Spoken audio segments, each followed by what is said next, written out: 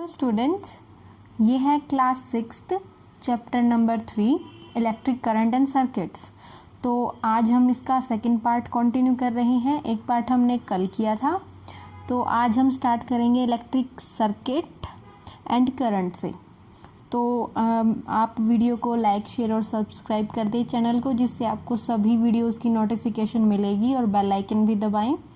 आप जो है अपना नाम और अपना स्कूल नेम मेंशन करें, फिर मुझे पता चलता रहेगा कि मेरी वीडियोस कहाँ तक बच्चे देख रहे हैं। तो चलिए स्टार्ट करते हैं। नेक्स्ट अब है हमारा topic electric circuit and current. Electric circuit is a type of a system. ये एक सिस्टम होता है, इसके अंदर अलग अलग कंपोनेंट होते हैं जो एक दूसरे से कनेक्ट होते हैं सर्किट के अंदर to create a path for electricity to flow.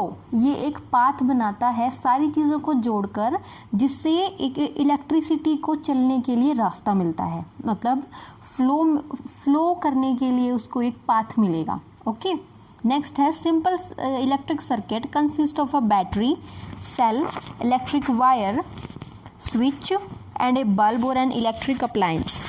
तो एक सर्किट के अंदर ये सारी चीज़ें होती हैं, जिनमें होगी एक बैटरी, एक वायर होगी, एक स्विच होगा, एक बल्ब या फिर एक इलेक्ट्रिक अप्लायंस होगा जिसमें हमें इलेक्ट्रिसिटी की ज़रूरत होगी।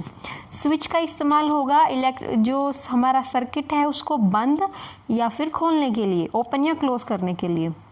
A circuit works only when the switch is closed। हमारा सर्किट तभी काम करेगा जब हमारा जो स्विच है वो क्लोज होगा। अगर वो ओपन रह जाएगा तो इलेक्ट्रिसिटी को फ्लो करने के लिए जगह नहीं मिलेगी, पाथ उसका ऑब्स्ट्रक्ट हो जाएगा। तो ये सारे कंपोनेंट्स को हमने कनेक्ट करना है एक दूसरे के साथ। The electric current flows in a particular direction. ये एक ही दिशा में फ्लो करता है, from positive terminal to negative terminal of a cell of a battery. या तो सेल या फिर किसी बैटरी के पॉजिटिव से नेगेटिव टर्मिनल की तरफ ये फ्लो करेगा हमेशा। तो इलेक्ट्रिक बल्ब वाला हमने यहाँ पे एक सर्किट दिखाया है, बैटरी ये रही, ये हमारी इलेक्ट्रिकल वायर समझ सकते हैं आप, और ये नेगेटिव, और ये हमारा पॉजिटिव टर्मिनल है और ये नेगेटिव।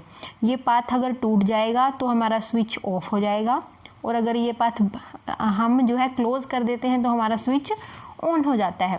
तो ये सारी चीज़ें हैं इसके अंदर, तो आप ये स्टडी करें।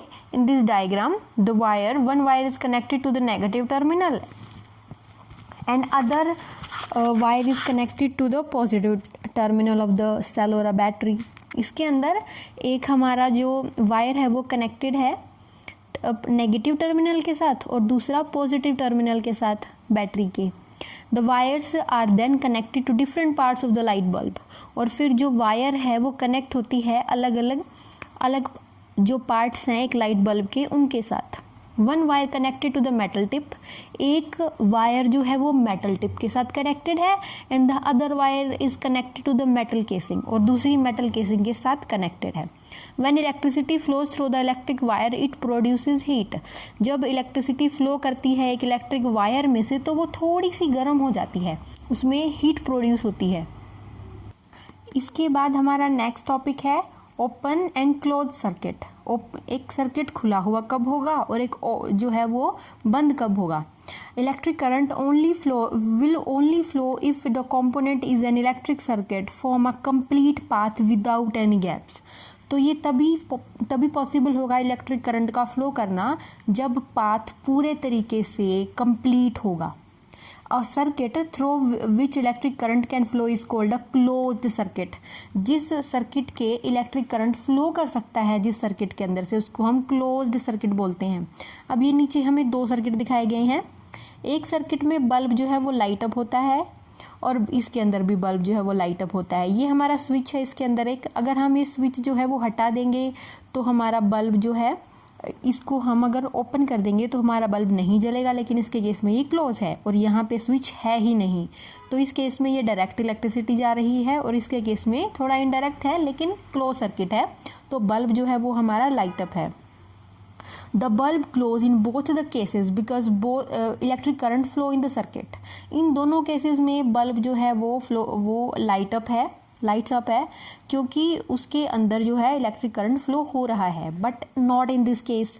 इस केस में स्विच जो है उसको ओपन कर दिया गया है, या फिर एक वायर जो है सेकंड वाले केस में वायर को थोड़ा हटा दिया गया है, जिसकी वजह से हमारा सर्किट क्लोज नहीं रहा और हमारा बल्ब जो है वो लाइट अप नहीं हो सकता, क्योंकि हमारा पाथ जो है वो ओपन हो चुका है, क्लोज्ड नहीं रहा।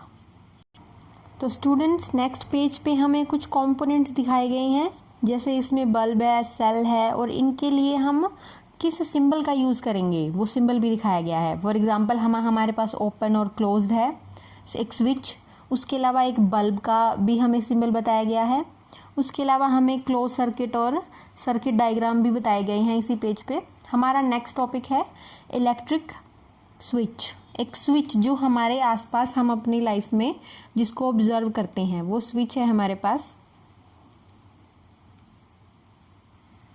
नेक्स्ट है हमारा electric switch. Can you turn on और turn off your electric fan और light without pressing the switch? क्या आप अपना जो स्विच है उसको हाथ लगाए बिना अपना इलेक्ट्रिक फैन या लाइट बंद कर सकते हैं? नहीं। When we use different type of switches to turn on और off the electric appliance at home और इन स्कूल और घर में हम अलग अलग अप्लायंसेस का इस्तेमाल करते हैं, अलग अलग प्रकार के स्विचेस का भी इस्तेमाल करते हैं। तो ये हमारे पास एक स्विच है जिसमें दो बल्ब को एक साथ जोड़ा गया है।